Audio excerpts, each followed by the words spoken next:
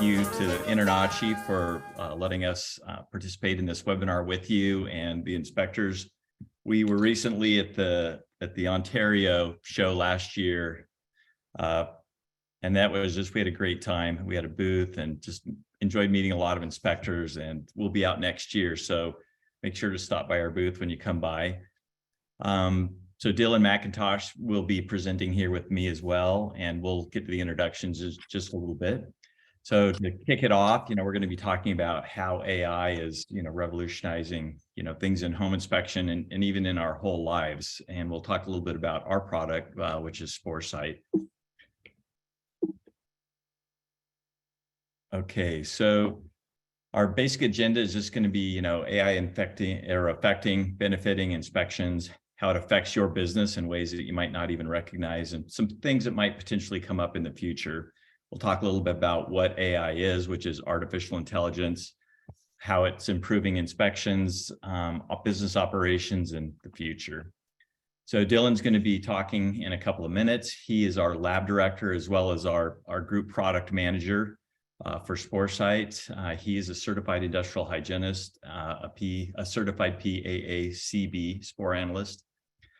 He ran a lab in Chicago area for quite some time and has been on, hundreds and hundreds of building inspections and performed all different kinds of biological testing inspections. And one of the things that he'll tell you and that we do is we're relentless in the pursuit of making our lab excellent at the highest caliber. And then at the bottom, we've got it kind of bolded to make Techcyte an industry leader at the same time of keeping the pricing where it's affordable to inspectors and your clients, the home buyers.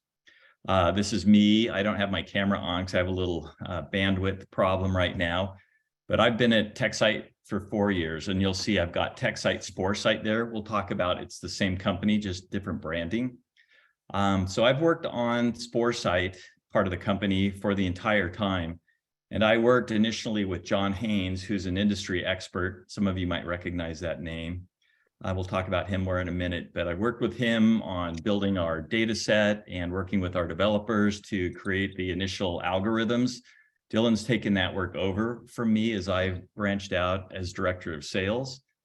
And then we've really developed this product as we created the AI. We realized that we could, change the way an industry works for the better.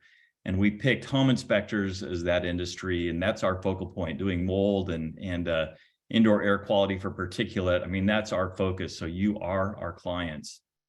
A little bit more about Techcyte. So Techcyte is the parent company, and Techcyte sits inside that. So Techcyte was founded in 2013.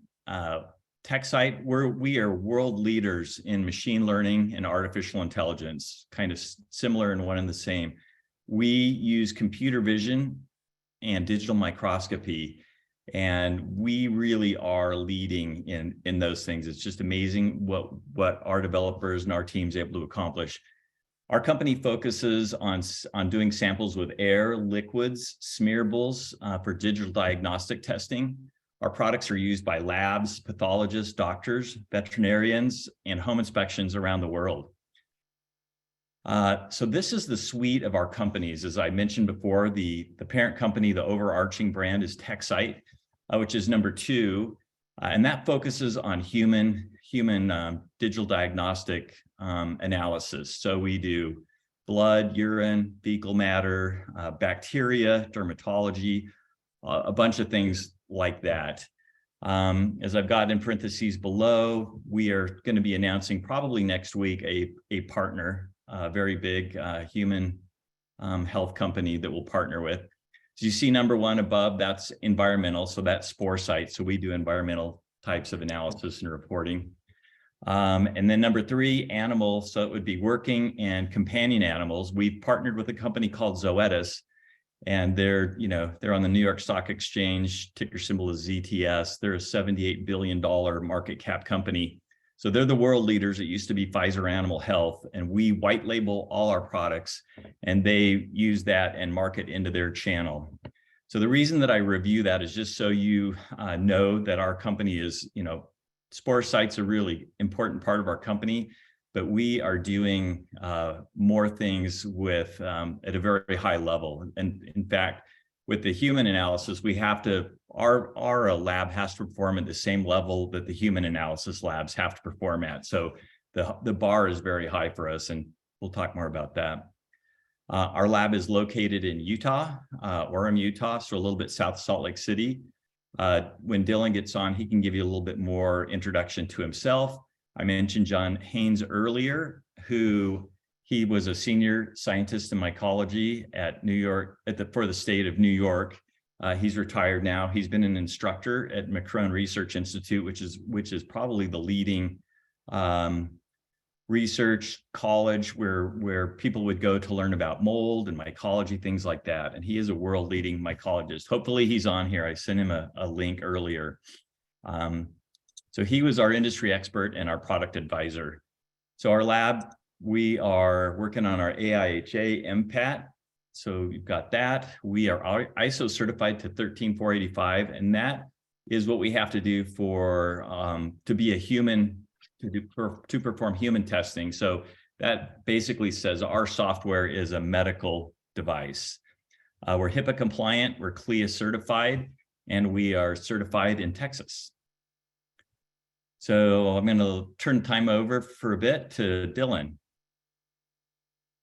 Yeah, so I'll kind of start discussing what AI is. And there's a great quote here from Fifi Lee, who's a professor of computer science in Stanford, that discusses how AI really is a fourth industrial revolution. And the way that companies are starting to build tools and resources that utilize computers in this way are really seeing themselves come to the forefront of most of these industries. And it's important to note AI isn't coming and replacing all of us humans. It's not Skynet or HAL.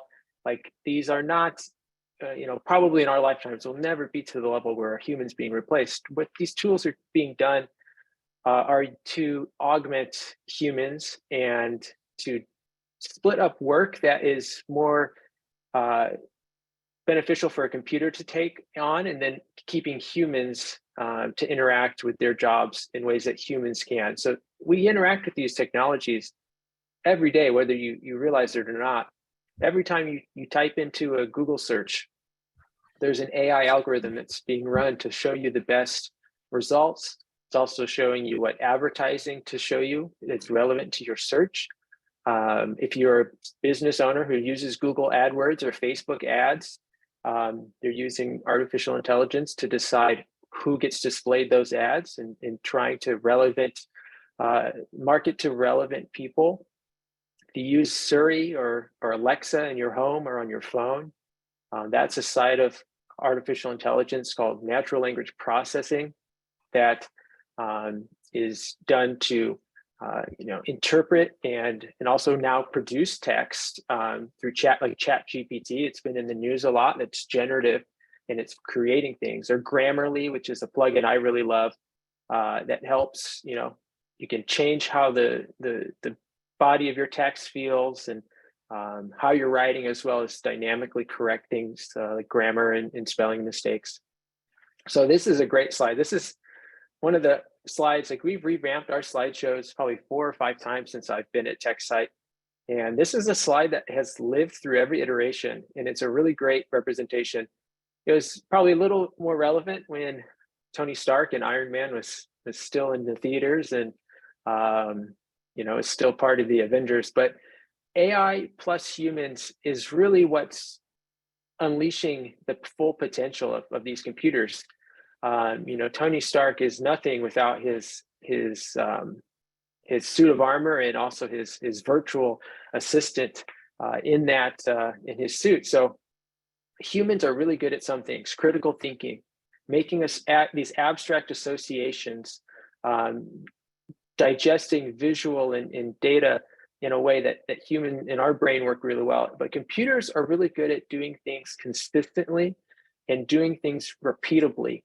So they can process every single pixel of an image countless times, where a human, every time you look at an image, you might be seeing things a little differently.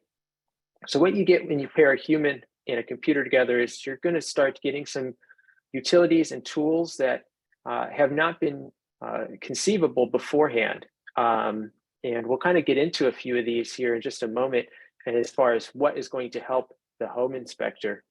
So here's a great summary of the benefits of using tools like this. Is it looks at the same things the same way each time. It never has to eat or sleep, so it's available whenever you need it to. Doesn't get tired. It's Monday morning, it's just as good as it's Friday afternoon. And it's consistency all the time.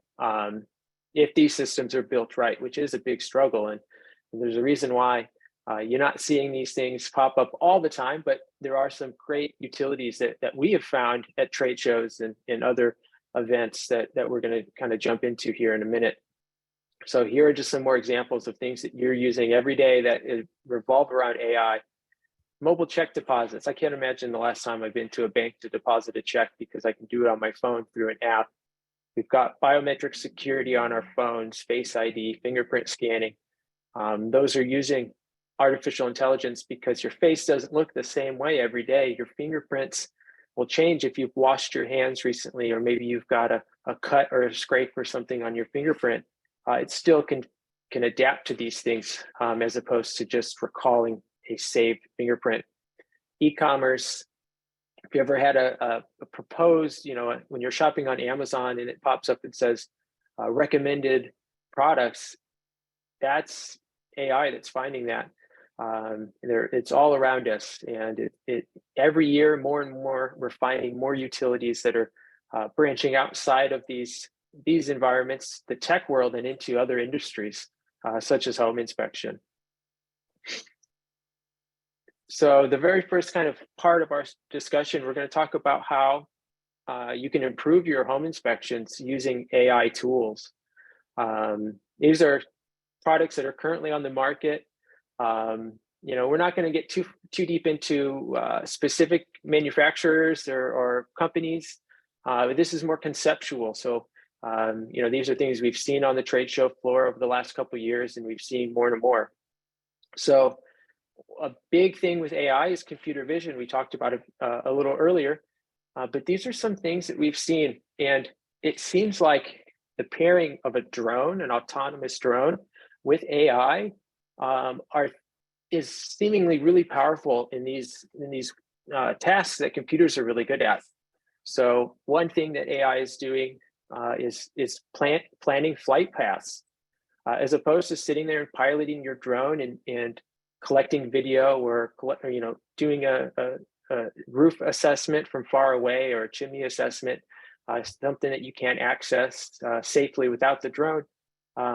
There are some drones out there that will automatically build these flight paths, and they can be tied into some other things, like some software that can do automated damage evaluations. You can see there on the top right, this is a piece of software that will analyze drone video and find flaws or potential flaws in materials, like damaged roofing materials, looking for hail damage on roofs or missing shingles, finding things like clogged gutters, cracked brickwork, bad masonry, things like that are all things that the software that can be paired with drones to do. You pair that with an AI-powered flight path, there's a potential there where you can have your drone fly and collect this video while you're working on other tasks around the house. Maybe you're looking at the slope of the yard or doing other things outside while your drone is collecting its video. Another one that is becoming more and more interesting, and maybe more so for commercial assessments than a home inspection, are automated 3D site rendering.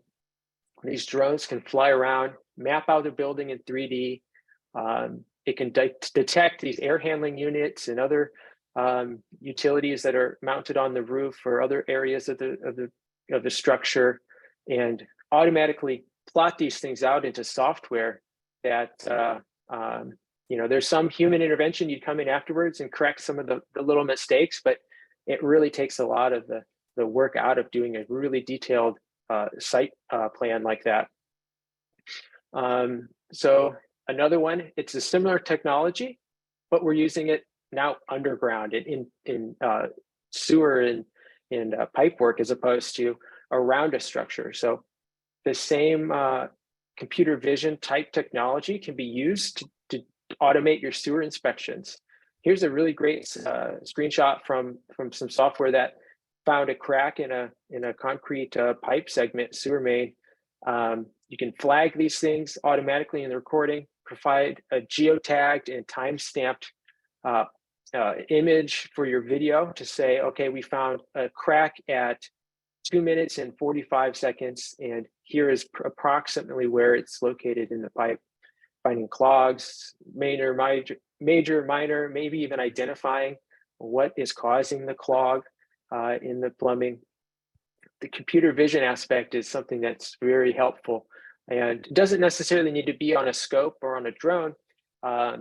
There's potential here for applications using your smartphone or any other video or camera source to automate and find these, detect these issues somewhat automated, because you still need to have the experience to say, yes, that is in fact a crack, or yes, I think that shingle is damaged, but it just helps speed things up. So you're reviewing maybe 30 pieces of information as opposed to looking over the entire structure, very detailed. So the next technology we're going to talk about is really close to what we do, and it's laboratory analysis. I think you cut forward a couple slides there, Jim. Let's see. I don't know. Ashley might have changed. We might have switched it up. Okay. So I'm going to let Jim take over here. But yeah, so another way that AI is affecting home inspections is in the laboratory analysis side of things, which is what we do here at Sporesight for mold and air quality. So I'm going to let Jim take over here and discuss kind of our business and what we do. Awesome. Thanks, Dylan. Yeah, it really is. It's, it's like home inspection is really, there's so much new things going on, from the reporting software, things like we're doing, drones, little robots and things, just opening up lots of cool services and things for inspectors to do. So we're going to talk a little bit about our product, Sporesight, what we do. I wanted to lead this off with kind of what the goals we think about every day, and with everything we do, what we're trying to accomplish. The first one is, make your life better, make home inspectors' lives better. Once we got our algorithms down where we were more consistent, faster, more accurate than current methods, and we'll talk about that in a minute, then it's like, how do we roll this product out? Who do we roll this product out to? How can we really make an impact? So you'll see as we talk about our report, how one way we're striving to make your life better. Another thing that we try and do is continuously innovate. So right now you'll see our report, and then we'll probably talk a little bit about, we're working on a new web app where you'll be able to fill the chain of custody out on your phone. And after that, we're going to update our report. We're going to continuously keep adding things to improve the report and what we do. One of our goals is to be an industry leader. I mean, we really want to set the pace and provide absolutely the best product to you and your clients, who are the home buyers. And finally, like real estate, they always say location, location, location. So for us, it's service, service, service. So you've got to have that level of service and support for you guys. So big part of number one, making your life better, easier, is providing a report that's, clear, fast, easy to understand, and high value. So as we get going into a report, you'll see that for environmental sampling, we're looking at mold spores. We count and classify them. We're also looking for all the particulates. We put a lot of particulates on our report. And you'll see that. And then we also add up everything we find. We don't put everything we find into the report, but at the end of the report, we count and size all the particulates that we find and mold spores, so into a total count, which is going to be more and more interesting as time passes and we add more elements to our report. So the first thing to note, one thing we talked about, or I mentioned a minute ago, is like, how we're using AI, and we also use a human interface with it, but versus the current and past lab techniques. So one of the things that's really allowed us to develop our product and to allow all this artificial intelligence is really based maybe on gaming, because for gaming to create these graphics and the demand for kids and people to play video games, they just needed computer chips that could support mass amounts of mathematics and data analysis. So they've created special chips called graphical GPUs that really just focus on doing the mathematics to make these, to do all this analysis, versus just a CPU, which is just a more general kind of chip on your computer to do word processing or some light mathematics. So one of the things that AI allows us to do is to read 100% of the sample, versus current lab techniques. They have a human, as you can see in that picture on the left, and they look through a microscope and they count what they see. But because of the time involved in a human and just manual counting, they don't have the ability to look at 100% of the sample. So this is kind of a breakdown of our analysis on the right. We look at the entire sample.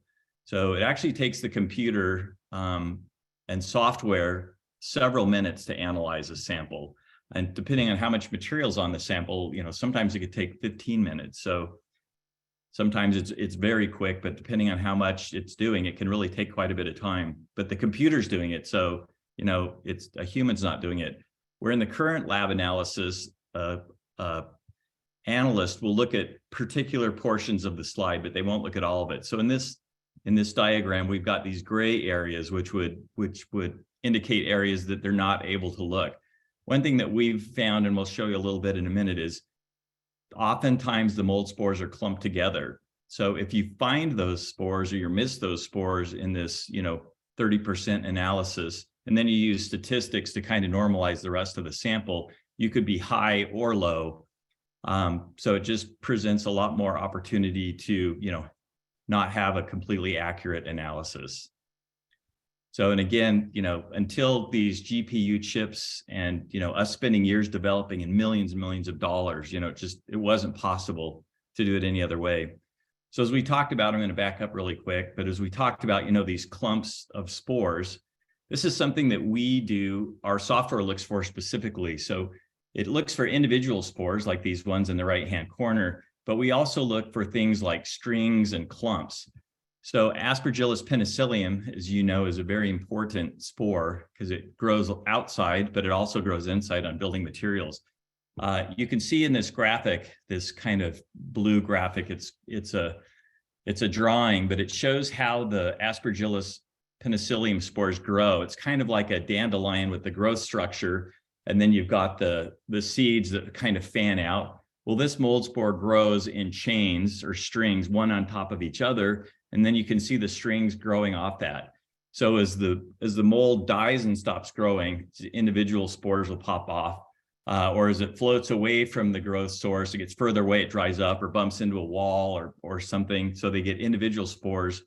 But when it's fresh and you're close to the growth source, you'll find these strings of spores. So the second to the right and third top row, those show the spores that are strings. So our AI is looking for those strings, and we count those strings.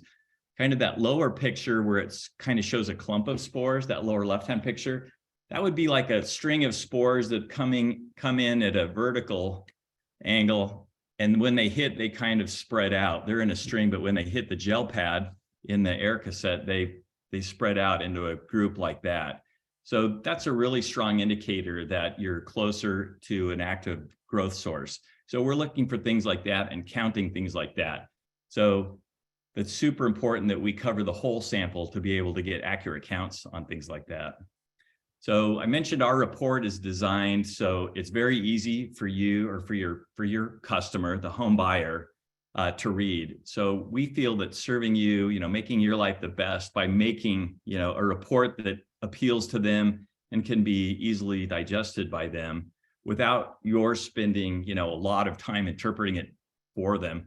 That saves you time and gives them something very valuable. So we've designed our report for the home buyer.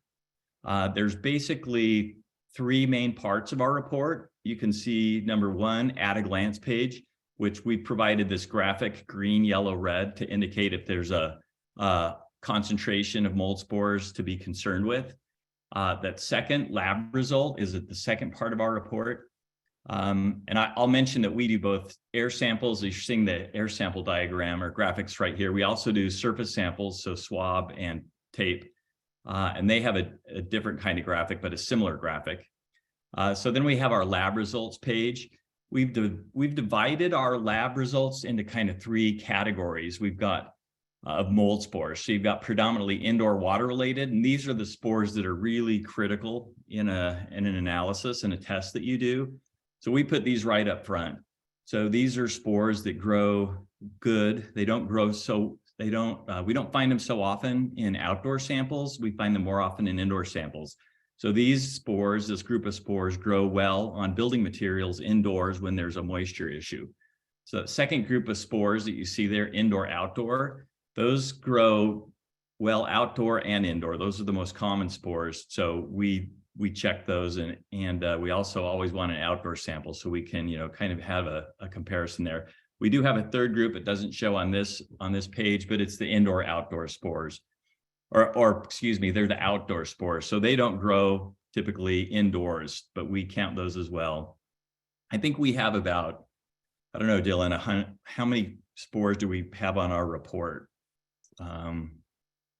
We report on, I think, probably 35 different spore classes, but some of them are pretty large groups, like a basidiospore, which come from mushrooms outdoors, and they can come from any type of mushroom or bracket outdoors. So there's potentially, hundreds of different species that we just group in as basidiospores because they're in the frame of a home inspection. They're all considered equal as opposed to as importance. So we train our AI models on about 160 different classes of spores, but we combine them and parse them down into a more digestible amount for the report, because if you were to have a report that long, it's hard to see what's important and what's not. So we don't always report on every single different thing that we find. We've really made the report following industry standards and expanding on them somewhat as well. But yeah, we report on probably, I'd say maybe 50 classes of spores and particulates, but we train on over 150. Awesome, thanks. So then the third part of our report is the images page, and obviously we have a cover page and a back page, and these are sandwiched in between, but we have an images page, and these are actual images from the report. And again, the AI that we use allows us to create these kinds of reports, and that's why we've included it here. So we're able, because we're using digital microscopy, to provide you a lot of different images, kind of at a lot of different magnifications.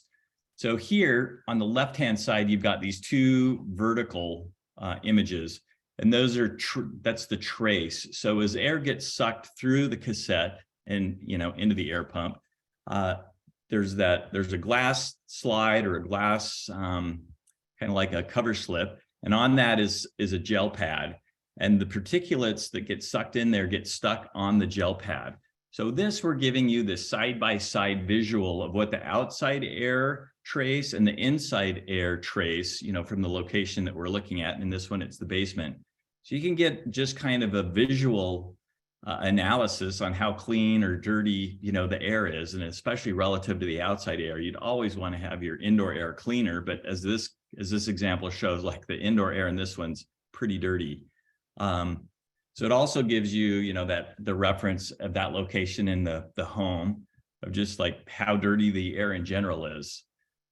We've got the 30x zoomed image, which shows, it's just kind of nice to get a closer up image of a general part of the sample. So one of the things that this is great at is I had a guy from Arizona call a few months ago, and it was an 8-unit apartment complex, and they had just done a total remodel.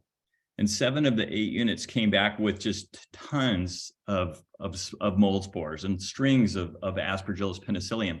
He called me up. He's like, I just can't even imagine this. I couldn't believe the guy wanted this, but you know, I just can't explain why we've got all this mold. So he's like, I don't know how to approach the owner and tell him this. So I'm like, well, let's just jump right to the, you know, we looked at the numbers and that it was highlighted in the graphic red. So we said, let's look at the pictures, and you could just see in the pictures all the mold. I'm like, the pictures don't lie. So it's easy to go back and tell the owner, like, you know, you have a mold problem, and here I can actually show you these pictures, you know, there is mold. So it's not a mistake. And this works so good in helping people, you know, realize like there's a problem, or a big problem, minor problem. And one of the things I like to tell inspectors is this report is designed to protect your home buyer and their investment. So it's not designed to kill a deal. You know, it's designed to, if there's a problem, figure out a way, you know, to resolve it. So most of the time there is a way to fix these things. So anyway, back to the 30x zoom, you can see in this, there's, you know, some little spores, these brown round things right here. There's a lot of debris in there. There's some soil, a little bit of carbon dust in there, some skin fragments, these light blue things. So it's pretty cool. Then finally, on the images page, we have notable objects that are important. So a lot of times, you know, you'll have the strings of spores, which on this third and fourth of the top row, those show strings of spores. And if you were looking in this 30x zoom thing and you were quickly going through that, it'd be almost impossible to pick out these little tiny groups of spores. So then we also just put, you know, things of interest. So again, sometimes people ask and want to make sure those are really the actual pictures, you know, from that room or from that home. Yes, this is the actual air of those sample locations. No stock footage here. So finally, on our report, we are reporting on particulate, as I mentioned above. So, you know, here we've got pollen, skin fragments broken down into human skin fragments and animal skin fragments. We also detect bird skin fragments, which one day, you know, probably 4 months ago, Dylan called me up. He's like, could you call that inspector, see if they have birds in that home? And sure enough, they had birds. So we collected some bird skin fragments. I've had inspectors ask me if I can tell a mouse skin fragment, and we haven't tried to crack that code. So at this point we don't, and I don't know if we could, but we haven't tried. So we detect carbon dust, soil, starch, fibers. We have other things, but we don't put them on our report. We also don't put things on there. If we don't find it, we wouldn't put it on here. So we give you the, you know, count of those things in the area, also compared here to the outdoor sample. So finally, we total everything up. So this is where I was saying we take the mold spores and count them. We take all the particulates that you see here and even particulates that you don't see here, and we count all those things up. And then we put them in categories by size. So you can see that we've got less than 2.5 microns, 2.5 to 10, and then greater than 10 microns. So as time goes by, this is going to become more important to people, you know, for health risks, respiratory issues, things like that. So more to come on that. We're also going to work at the end of this year on creating a indoor air quality for particulate graphic, similar to the mold graphic, where we will use tens of thousands of samples that we've taken and then figure out, you know, what's more of a cleanish home versus a very dirty home. So that's one of those things that we're innovating on. And because of AI, we can do these things that would be impossible to do under the, you know, current way of being able to count and classify and analyze these spores and particulates. So I put this sample in here just for fun. I like to joke, we got this one probably in January or December, and my immediate thing was like, this must have come from Maine. It's a Maine lobster. So we don't know exactly what this came from. Obviously, some kind of an insect. Dylan had some ideas on what it might be from, but as you can see how much bigger that is than some of these little tiny mold spores around it. But it's fun that we find these needles in the haystack, you know, when they're there. B, this is a scale from an insect. C, these are Stachybotrys spores, and we also look for what the growth structure of these things called a conidiophore. You can see here's an insect, it's kind of cool. And then just a couple more mold spores. So more than anything, I just put those in there because they're cool. Our pricing is just $20 a sample. It's the same price for an air sample or a swab. So that's the analysis and the reporting costs. We charge that, once we send you the report, then we charge you for the report. We also, you can use return envelopes and labels from us if you want. Those are $28, or you can send it on your own and it's just $20 a sample. If you go to our website, if you're not doing mold inspections now, we have a starter kit, and we will give you, and a switch kit if you are doing mold inspections now. You've already got your pump, but we'll give you the first 3 samples for free. So the lab fees are free for the first 3, and we'll give you the report. So we want you to give us a try, and we want to earn your business. So you can visit us at sporesite.com for that, and you can also just register as an account on there by using the Head and Shoulders icon on the website. So really just call me if you've got more questions. All right, I'll turn it over to Dylan. Yeah, so now that you've kind of learned a few ways that AI can improve your inspection offerings, or maybe optimize your workflow, add a structure, you may already own a drone, but flying it remotely would be more interesting, free up some time, or you want to, do it better by your clients, your inspection clients. We're kind of going to shift gears into ways that AI can just help you run your business. I think something like 76% of home inspectors are sole practitioners. You might have one home inspector, and then you may have an assistant or a secretary, or your wife, or your husband who runs the business while you're doing the inspections. There are some tools out there that are based off of AI that are, every year, more and more of these things are hitting the market and becoming more accessible to small businesses. One thing you may already be using is voice recognition and voice assistants: Siri, Cortana, Alexa, Google Assistant. These are things that you may, we talk to home inspectors that like to dictate their notes. They'll talk to Siri their whole inspection, so they don't have to jot notes down. They can just be talking, and the app will be transcribing what they're saying. And if you ever use those things, every year they're getting better and better. They're not perfect. But there are some business-focused solutions, as well as these commercial, these more just general technology that are built into your smartphone or your smartwatch or your tablet. So there are some business-focused solutions like customer support. It's really not terribly difficult to have a custom AI-based chat bot that can handle customer support. Every time you log on and you talk to someone in a chat with your cable company or your utility company or your phone bill, more than likely anymore, that is actually a computer that's talking back to you. And some of them are more frustrating than others, but there are some that can handle general things like scheduling.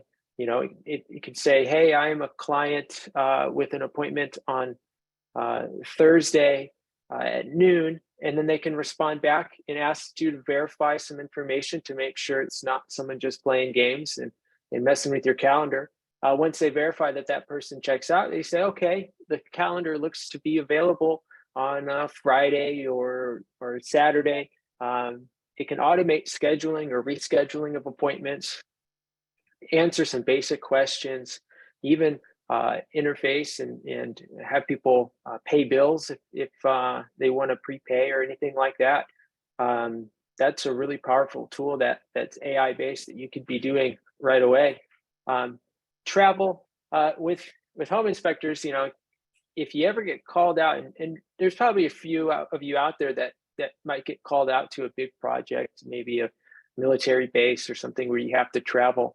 There are AI-based business travel agencies out there now where you can say, I've got to go to Kansas City on next Friday, and it will know, you tell it, the airlines you fly, or if you want a rental car, and it can book these things for you at the best rate they can.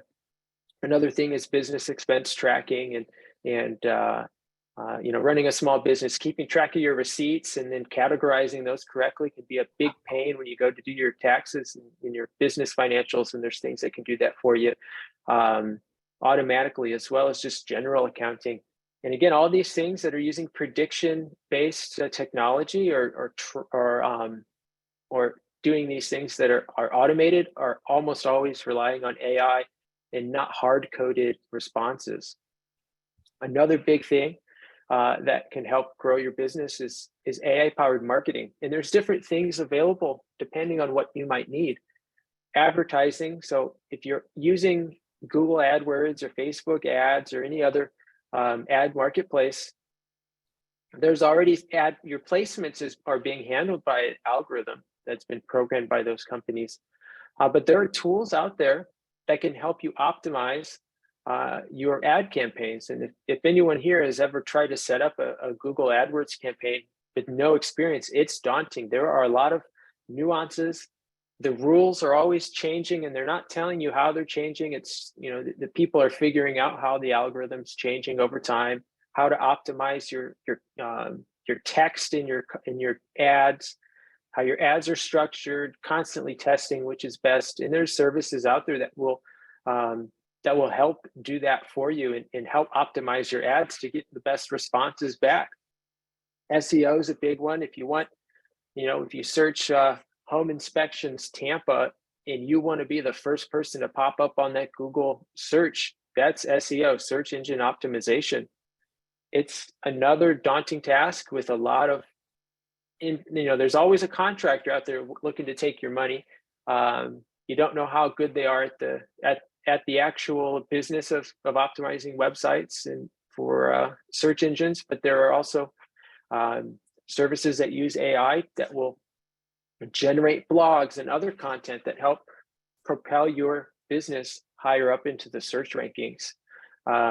Website design, there are some AI tools that even companies like us use to see how people interact with your website, to follow the customer through their time on your website. Are they finding your contact information? Are they submitting an email form or calling you? What pages that might be frustrating or broken even, and they can report on things that you can improve your website. Because more and more I can't speak for home inspectors specifically, but when I was doing environmental consulting, almost all of our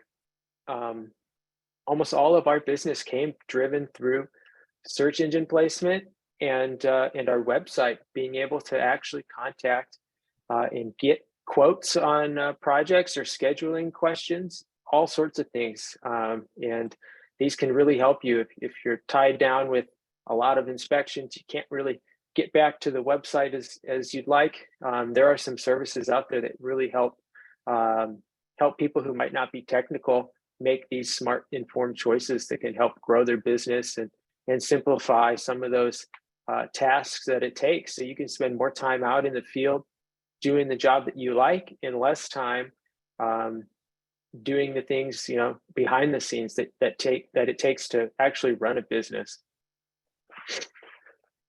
And then another section, and this is, like I said earlier, one of my favorite things is remote check cashing. You never have to go to the bank anymore. There's also ways you can do that with general documents. We have some home inspectors that we talk to. They love their checklists, and these are checklists that they have curated over years of experience to say, I know when I go to a residential home, this checklist is key. Obviously, you're going to find things outside of that list, but they know if they've gone through their checklist, they know that they've done a great job. Now, the hard part is typing all that into a computer or into a report even. Data entry, it takes a long time, and there's a lot of transcription errors that could happen if you switch a few decimal places or digits out of order. It could be a big difference, and it's going to be a big mistake. So there are document scanning that can be done that can take your checklist and know exactly what each field means and put it into reporting or digital spreadsheets or other software automatically, so you don't need to worry about manual data entry. ChatGPT, that was all over the news in the last few months. It's actually been around for quite a while. We talk about it internally at our company because it's pretty impressive what they've done. But this is generative. It could help you rewrite, the way people are using it professionally. Say you've written up a few paragraphs in a report and it doesn't quite feel right, or you want to make it feel a little more professional or a little more the other way. Maybe you want to simplify it in layman's terms. You could put in your work into a tool like that, and it could return text that's been altered to have a different voice or a different feel to it. Those are some pretty powerful tools that you could be using in your business pretty much right away if you had a need for it. Now, this is kind of the most esoteric part of this, because we don't know what the future holds. And 10 years ago, you could have never predicted what we're seeing today with some of these AI tools.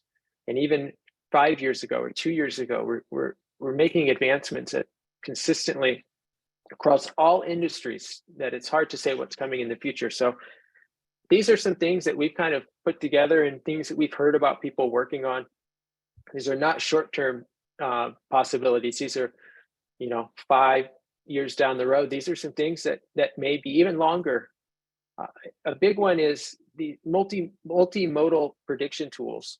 Now, as homes continue to get built, every year we've got new smart sensors, we've got new IoT, Internet of Things, we've got new devices that are connected to the web that can be tracking things, leak detection, all sorts of sensors, things that we haven't even thought of yet will be on the market. And there's a potential there if someone were to put together a way to connect these systems and interpret their readouts in a way that you could start to predict when faults may be occurring, or when things might beginning to have flaws.